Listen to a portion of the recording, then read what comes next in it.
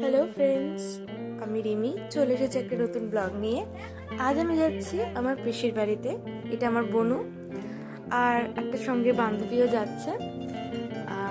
তো যেহেতু আমি ঘটকপুকুরে থাকি, তো ওখান থেকে শিয়ালদা থেকে আমার পিসির বাড়ি বেলগড়িয়া। তো বাসে উঠে গেছি, শিয়ালদা যাব, ট্রেনে উঠে পড়েছি। তো কিছু স্টেশন পরেই বেলগড়িয়া। তো খুবই আনন্দ হচ্ছে, অনেকদিন পরে যাচ্ছি। আর আমার 12-এর এক্সামও শেষ হয়ে গেছে।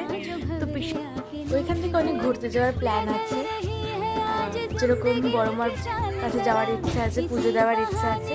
তো এই ব্লগটাও তোমাদেরকে আমি দেখাবো কি কি করেছি, কীরকম আনন্দ হয়েছে আমাদের।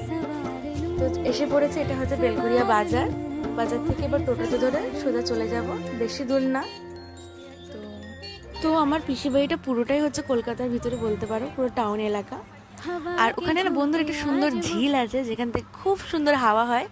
সন্ধেবেলা বসলে একদম মনে হয় বিচে বসে আছি, একদম টপ ফ্লোরে চলে যাই, তো খুব সুন্দর হাওয়া হয়।